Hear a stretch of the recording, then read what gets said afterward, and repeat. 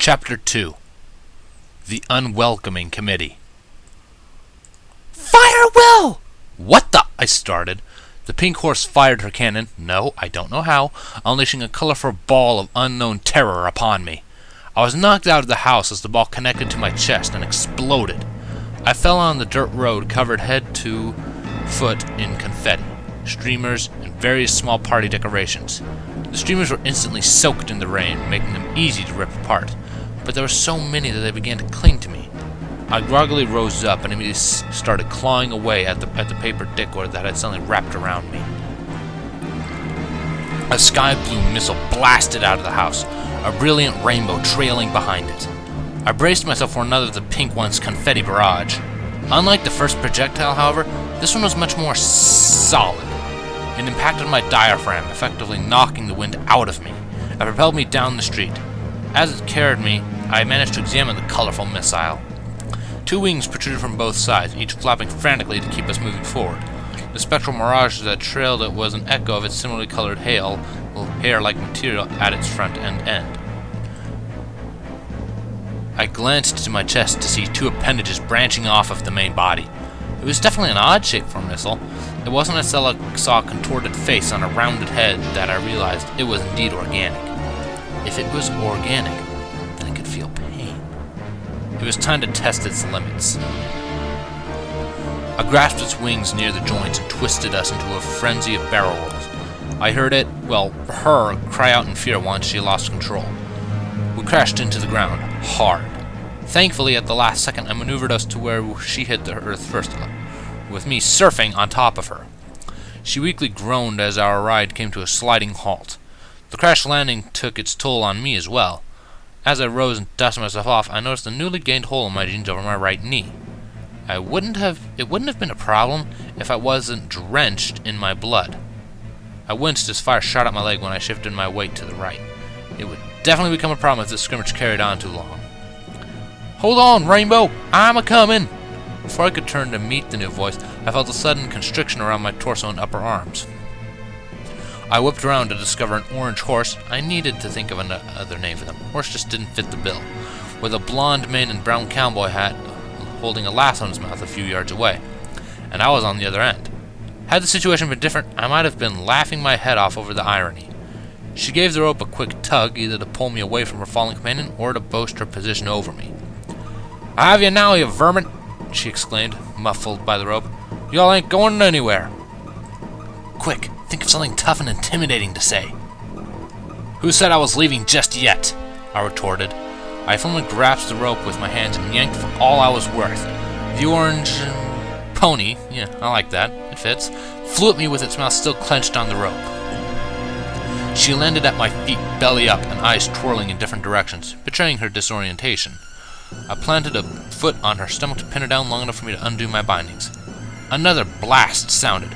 Once again, I was on my butt, covered in quickly dampening streamers and confetti. I glared at the pink pony with the silver cannon. Her hair was much straighter in the rain. On both her sides were two unicorns. That's right, unicorns. The one on the left was white with limp purple hair that appeared to be curled at one point. She was glaring daggers at me with her deep blue eyes as if I was the cause of some serious tragedy that fell upon her. The other had a light purple coat and an indigo mane with pink and purple streaks. Sounds weird, doesn't it? Her countenance bore a much more calm and determined look. "Stay away from Applejack, you big meanie!"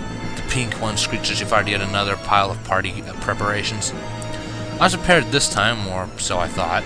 I crossed my arms into an X before my body and traded my stance for a sturdy one that involved my right leg being under me.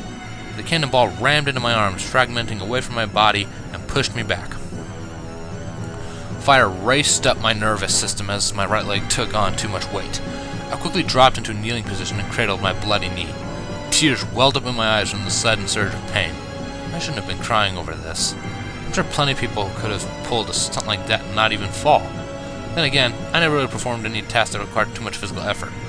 My muscles were screaming for relief. Lights danced across my field of vision. That horrible headache returned. I was glad that my hood was covering my head, and I felt so awkward crying before a bunch of unicorns and ponies. "Rainbow Dash, move Applejack out of here. I'm going to try and put up a force field around our guest. Pinky, if it tries to leave, hit it again. Fluttershy, you... Rarity, find Fluttershy! I looked up to see the purple one bark out orders. Aye, aye, Captain! The pink menace, named Pinkie Pie supposedly, saluted and directed her sick joke of a cannon at me, prepared to suffocate me with her party decor of doom. The white unicorn, I didn't catch her name, trotted off back towards the treehouse. Anything to get rid of this dreadful weather. Just look at what it's doing to my mane, she complained while leaving. I craned my head towards the sound of scuffling hooves and wings behind me to see the blue Pegasus, whom I suppose was the Rainbow Dash character they were talking about, scurrying off with Applejack's tail in her teeth. I needed a way to defend myself. Going barehanded wasn't cutting it, but my hatchet was still back at the treehouse. I needed to slow down and think this through. Breathe in, breathe out. Breathe in, breathe out. Okay, it was 4 on 1. The cannon crazy pink pony, the Pegasus projectile, the southern-styled lassoer, and their lavender leader versus the lanky, weaponless lone wolf. Truth be told, I didn't like my odds. The purple unicorn's horn lit up in a shower of sparks. A mist of lavender rose out of the ground in a ring around me, and continued its curved ascent until it closed off in the shape of a dome. It slowly faded away after its completion. I looked up to see the storm pounding on an invisible wall, each raindrop barely lighting up in a purple glow as it splattered against the barrier. The unicorn bore an expression of pride. Pinkie Pie, go fetch Spike. The princess would like to know about our visitor. The unicorn never took her eyes off me while she spoke. Pinkie seemed uncertain at the order. Are you sure, Twilight? What if it gets out? My knee's still pinching and I can assure you that the creature can't escape. Besides, even if it did, I have Rainbow Dash and Applejack here with me. The unicorn, Twilight apparently assured her friend. With an uneasy expression and a shrug, the pink mare departed along with her cannon. I waited until she was out of sight before I spoke up. Can't escape? I asked. The ponies turned back to me in shock, probably not expecting the creature to talk. I take that as a challenge! I rose up and pushed my bloodied hands against the wall. It was sturdy, much sturdier than the one in the forest. I figured if I could break through that one, this one shouldn't be too hard. Then I noticed the smoke leaking out from between my fingers. On instinct, I pulled away my hands and investigated the source of the smoke. It was my blood. It was sizzling off my bare hands. I examined the area of the force field my hands were on to discover 2 crimson handprints slowly eating out of whatever was holding them in place. Twilight? The Pegasus stammered. Yes? Came the Shaker's response. Is it supposed to do that? I could practically see the anxiety radiating off of Rainbow Dash. Applejack must have caught it, considering how badly she was shaking on her legs. I was getting pretty spooked myself. It was my blood that was disintegrating. With fear lining her voice, Twilight replied with a simple, no. But then, two hand-shaped holes were made. I didn't wait for the trembling ponies to come to their senses. I stuffed both my hands into the palms of the holes and tried to tear it open for all it was worth. The only way I knew I was making progress was by a brilliant lavender crack branching out as the rest of the wall lit up in a less vivid shade. My hands began smoking once more as my tortured blood sizzled into non-existence. Twilight was first to recover. I saw her horn light up yet again in a violent aura, and saw the barrier making amends. It finally hit me that she was doing this. I knew not how, but she had someone constructed a wall of energy around me and was sustaining it. Her friends watched helplessly from the sidelines, unsure of who the victor would be. The barrier was mending faster than I could break it. Soon the cracks were gone and my fingers were being crushed by the healing shield. I had to rip my arms away before my fingers could be severed. With her barrier whole once again, Twilight plopped into the soaked dirt. There, she panted. See? Nothing to it. Her head fell heavily from exhaustion and uttering the last syllable. If there was ever a time for me to make a move, I couldn't think of one better than then. I had a weapon against the shield, its power source was too tired to even stand, and the others were too busy trying to keep her awake. I rubbed my hands on my bleeding knee. It still disturbs me that my blood could be used as an acid, and painted a crimson circle on the wall. As planned, the shield began deteriorating. I clasped my hands together and swung with all my might at the weakened sections of the wall. A web of brilliant lavender flared out around the source of the impact. I backed up, preparing to charge. Twa, it's going at it again, a worried Applejack said. She started shaking Twilight violently, trying in vain to awaken her to the problem at hand. I rammed my shoulder dead center into the web. The space around me was suddenly filled with falling water and a cascade of purple shards as I tumbled back into the storm. The second my feet hit the mud, I made a mad dash to where I hoped the treehouse would be. Of course, with my luck, I landed back at the marketplace instead. On the plus side, I managed to stumble upon the apple stand again. I just needed to take a few more turns and I would arrive at my destination, and more importantly, my hatchet. I stuffed my pockets with a few apples on the way. Who knew when my next meal would be? Upon arriving to my destination, I saw that accursed pink mare in the doorway. She wasn't alone, though. The white unicorn from before and a purple and green scaled lizard were standing with her. I could see my hatchet near the lizard's feet. This was gonna be tough, especially with the tree being so far away from the surrounding houses. I skulked closer to them, trying my best to remain in the shadows of the houses. Still quite a ways away, I could hear what sounded like them trying to coax somebody out. "Come on, Fluttershy," a male voice spoke. "Pinkie Pie said Twilight caught the thing in the force field. Nothing can get out of those." The male voice perked my interest. Up until now, everything I encountered was female, or at least sounded female. I stretched my head out of my hiding spot to better hear the conversation. "Spike is right, Fluttershy," the white unicorn cajoled. "There's no need to be afraid of that atrocious beast while Twilight has it contained." Atrocious? I know I wasn't the prettiest boy in high school, but atrocious? Besides, who better to tame a wild animal than you? I couldn't decipher the response. Nonsense, darling! Most of them aren't even here. Come on now, it would be impolite to keep them waiting. Another incomprehensible response. Silly Fluttershy! My knee may still be pinching, but I'm sure Twilight has everything under control, Pinkie explained. Where was she going with this knee-pinching business? Why on earth would she be worrying about something so trivial at the moment? As if on cue, the Rainbow Pegasus flew into the group. You guys aren't going to believe this! The words stumbled out of her mouth as she stopped. That thing busted out of Twilight's shield and is on the run! What? The trio screamed in unison.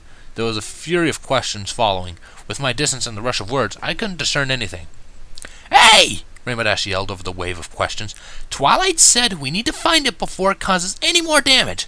We gotta hurry. Every second we stand, there's another second that thing is on the loose. I, for one, agree with Rainbow Dash. We should probably split up to cover more ground, the unicorn offered.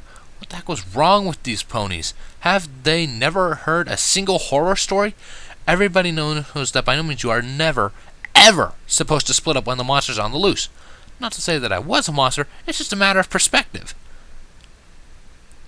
Split up? Are you crazy? That's exactly what the monster wants. Every pony knows that, the wide-eyed wizard cried out. You're preaching to the choir, my fine scaled friend, I muttered. Oh, stop being such a scaredy cat, Spike, Pinkie tried to calm him. I mean, sure, there's a scary new monster that nobody pony knows about that's super duper strong and tall and sneaky and managed to break out of Twilight's force field and... Pinkie, I don't think you're helping him. The unicorn pointed a hoof at Spike, now in the fetal position with his tail in his claws. Pinkie gave a weak tickle. Oopsie? Rainbow Dash face-palmed, face-hooved. Ugh, look, I'll make you feel better. We'll split up in groups. You can go with Flutter, you can go with Rarity. Pinkie Pie can go with me, and Fluttershy, the door immediately slammed, only to reopen with a barely audible, sorry, and gently slammed back. Rainbow groaned. Ugh, fine. Fluttershy can hold down the fort. Let's go. With that, the two groups went their separate ways. Careful to avoid the light shining from one of the windows, I swiftly ran to the tree to fetch my hatchet. Oh, great, it was missing. I frantically searched the ground for my only shield and sword in this crazy world. One of the ponies might have taken it, but they didn't have fingers, so that ruled them out. I mentally beat myself up for not paying attention. There it was, at the feet of the bipedal lizard, and then the next thing I knew... Wait, bipedal lizard? Of course! The lizard must have stolen my hatchet. Only he could pick it up. I darted in the direction Spike and Rarity departed. After a few minutes, their figures appeared in the rain. There was Spike holding my salvation in his claws for dear life. They seemed occupied in conversation. Spike was trailing behind a bit. It was perfect. I mimicked his footsteps, which was harder than it sounds. Standing straight up, I would say that the spikes on his head came about halfway up my thigh, giving his short legs a much faster tempo at our speed. I had to take minuscule steps to match his.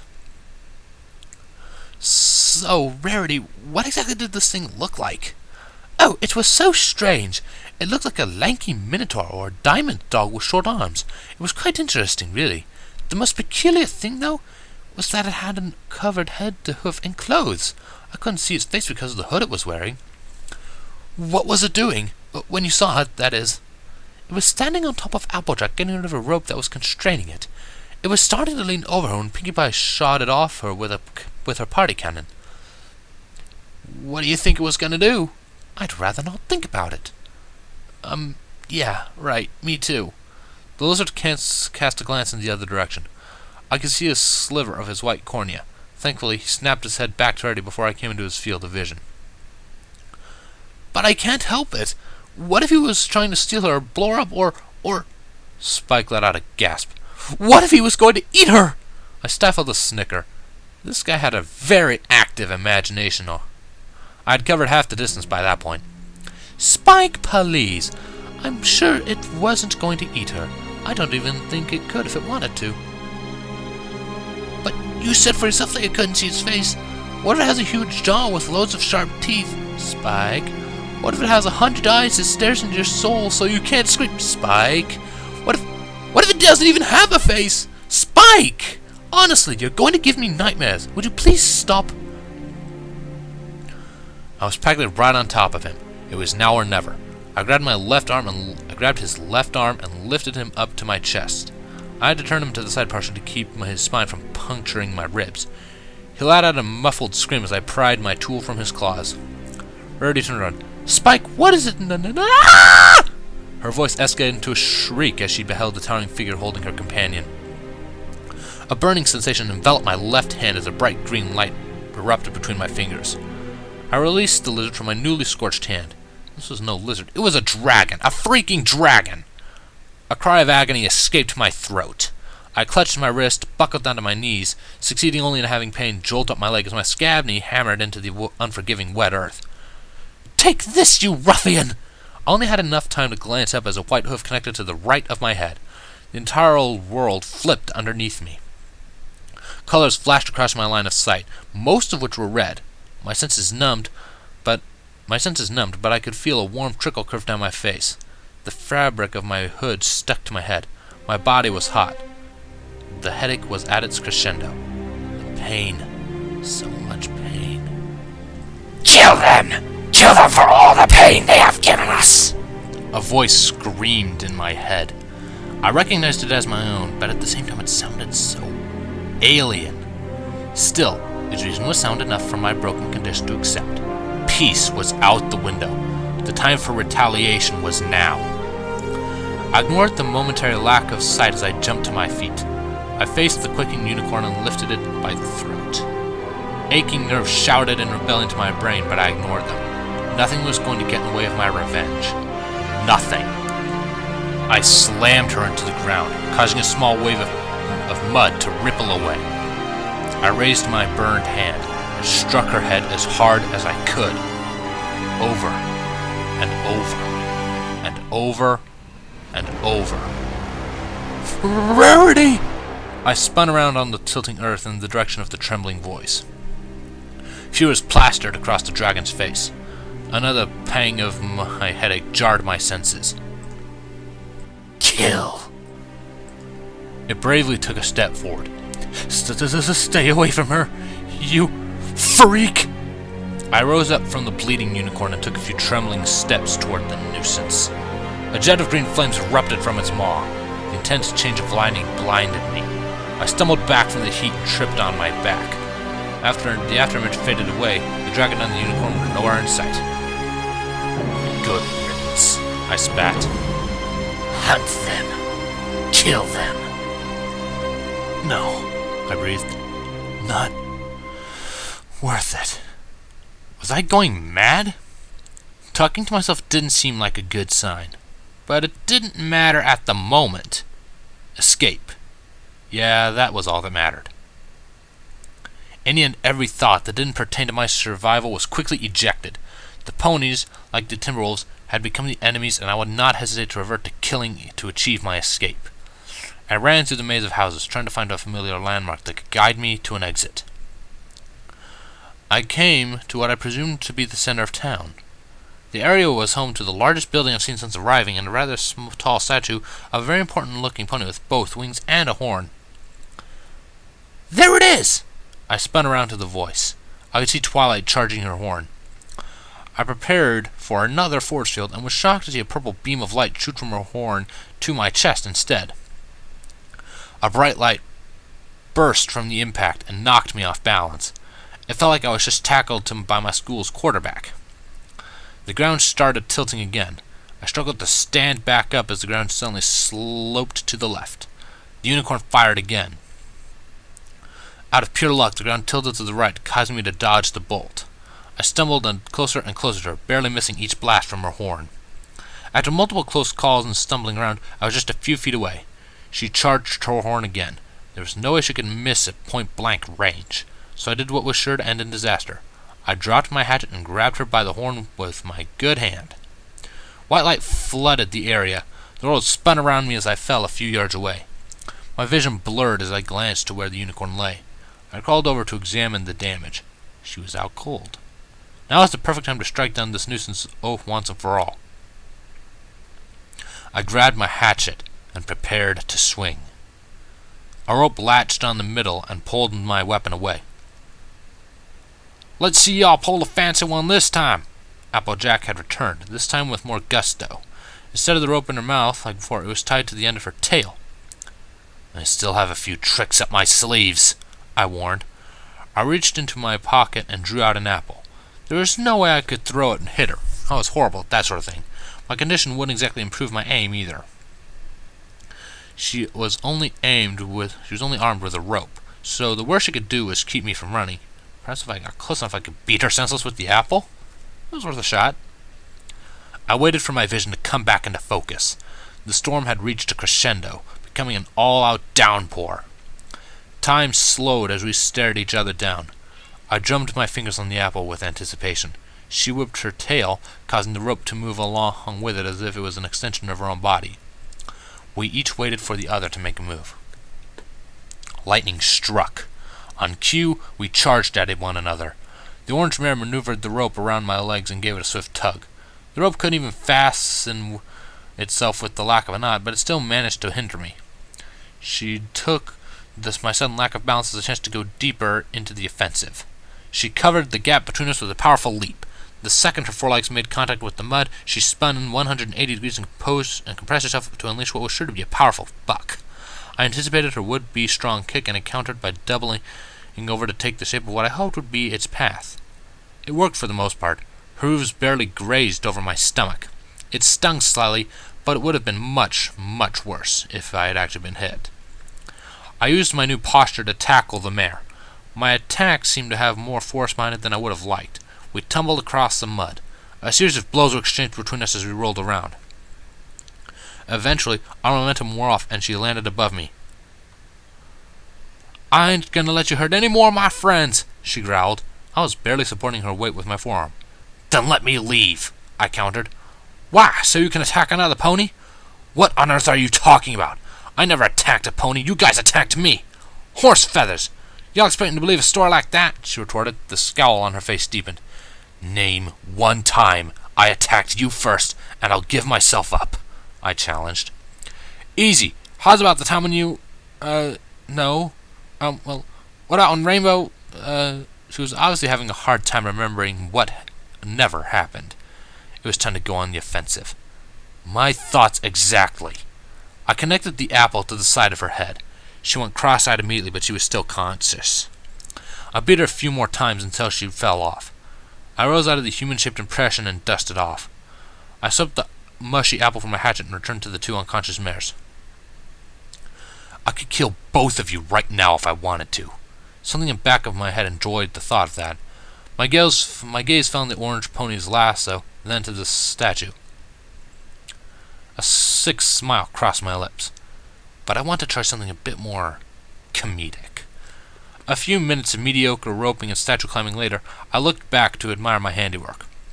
I had tied the mares back to back and hooked them onto the statue's horn. Applejack was first to awake and struggled in her bindings. "What in tarnation?" Her eyes fell on me. "Y'all better let me down, or else you'll what?" I laughed. "I don't think you've noticed, but you are in no position to make demands." "Why, I oughta—" I didn't stay to hear her hollow threats. As I walked down the empty streets, I felt another pang where that white unicorn kicked my head. A warm trickle slid down my face, reminding me of my broken condition. Colors started to blur together. I needed to escape before I blacked out entirely. No more fights, no more stumbling around. Stealth was the key to success in this case. I stuck to those shadows as I wove through the labyrinth of houses, each step jarring my vision. The exit came into view along with 3 pony-sized smudges. I tried to make out the distorted images, but my eyes refused to cooperate. After a short time of waiting, 2 of the colorful blurs moved off, leaving the 3rd all alone. It was clear that it wouldn't be moving anywhere anytime soon, and I couldn't bypass it without causing an alarm. I sighed as I accepted the inevitable reality. If I wanted to escape, this pony would have to die. I stalked through the alleys to my objective, silently praying that the pony had moved while the buildings blocked my line of sight. Not that I wouldn't have minded blowing off some steam, but the last thing I needed was for the ponies to know where I left. To my displeasure, when I passed the last house, I could still see the smudge of a pony. I waited for my eyes to correct themselves, knowing that running in semi-blind at an unknown enemy would be suicide. My eyes adjusted enough for me to make out barely the situation. The pony was positioned next to a decent-sized tree, a small ways from the forest opening. If I could break the line of sight with the tree, I could sneak up on the pony and do what needed to be done. I slinked across the ground until the tree came between me and my prey before I advanced. I pressed myself against the bark and slowly revolved around the tree. I craned my neck around the edge to my target. Through my hazy vision, I could see the pony's frame shivering violently with its back turned to me. From my many years of video game prowess, I could tell that this was going to be an easy kill. I tightened my grip on my hatchet, sweat mixed with my scabbing blood. I left my cover and ever so slowly snuck up behind it. I was mere feet upon it when lightning cracked the sky behind me. The startled pony spun around and started shaking harder than before. I pounced before it could scream. In one motion, I knocked it down on its back and pinned it down with my blistering hand wrapped around its neck and my body crouching above it. It struggled underneath me, but to no avail. I constricted its airflow with a quick squeeze, gave one last spasm before falling still. Once again, I felt a strange pleasure in the back of my mind. I elevated my hatchet as high as my tired arm would allow, then sent it hurling down on my prey's head. It would have hit its mark, too, if it hadn't been for another clap of thunder. I was startled, and my aim suffered for it. I missed the pony's head by inches. My blade was buried deep into the earth, along with some severed strands of the pony's long pink mane. My vision cleared enough for me to see the details.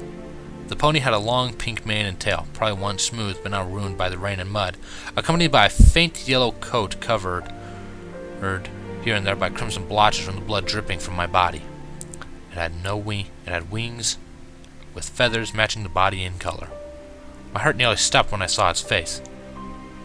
Tears rolled down its cheeks and its eyes were clamped shut.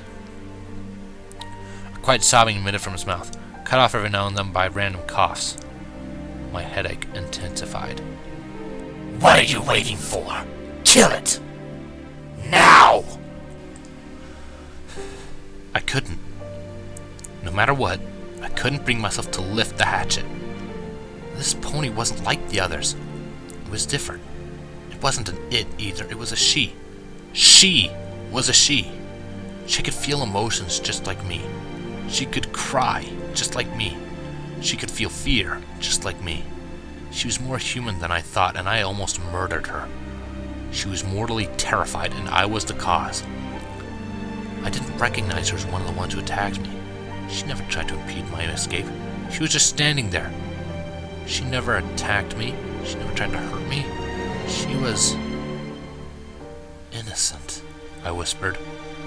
I relinquished my grip on her throat. I reached down to wipe one of her tears away. Don't ask why. I don't know. Perhaps it was just a pathetic gesture of sorrow and guilt.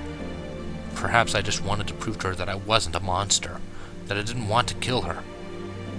Perhaps I just didn't believe what I was seeing.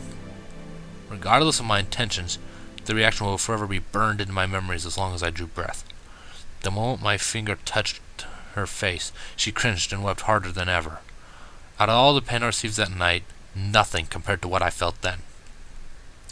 Neither my scraped knee, nor my bruised and beaten body, nor my blistering hand, nor the kick to my face, nor that blasted headache could amount to the pain I felt in the crater where my chest was. "Fluttershy!" A familiar voice cried through the rain. The old Pegasus' deep eyes shut open wide. She couldn't break eye contact until the voice cried out again. "Stay away from her!" "Sorry about this," I muttered. I dislodged my hatchet and hoisted the trembling Pegasus in my arm. I turned around to face the source of the voice. The 5 ponies and dragon from before were back, all of them bearing a look of despair. "Put Fluttershy down!" the purple unicorn, what was her name? Demanded in a shaky voice. She must have been talking about the pony in my arms. What was I going to do? It was 6 on 1. There was no way I could win. I needed an advantage over them. Something other than a silly hatchet. Something that would keep them at bay. Something that would discourage them from following me. Something like a hostage.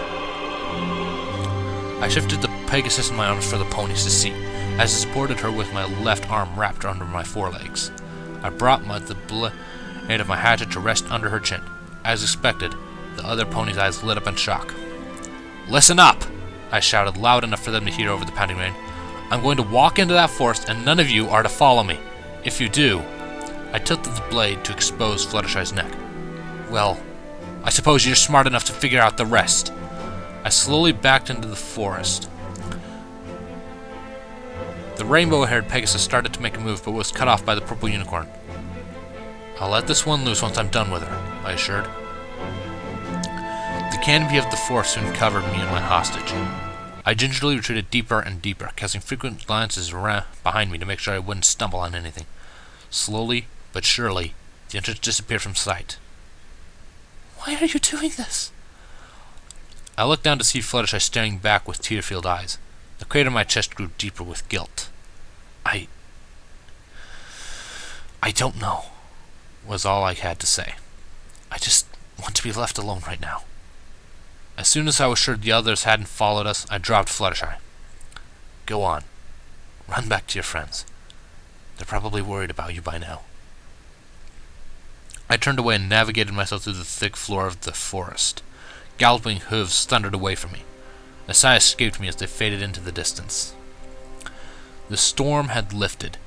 Every now and then, large drops of collected rain would hit me from the leaves up above. My jacket was heavy around the pockets, and I rummaged around them to find the empty remains of the food I stole. Disgusted by the memories they brought back, I hurled them into the forest. To think that in one night I changed from an average high school student to a psychotic survivalist sent a shiver up my spine. I remembered the saying, "In the middle of chaos, a person's true colors will be revealed." What did that mean about me? My wounds started taking their toll. My vision faded in and out, causing me to walk blind a few times. I felt lightheaded, and the all too familiar taste of bile entered the back of my mouth. I tripped over a root, but didn't have the drive to get back up. I only had enough energy to roll over on my back to breathe better. My pain slowly melted away, as sleep's sweet embrace covered my mind. You have given us a taste of life. We hunger for more.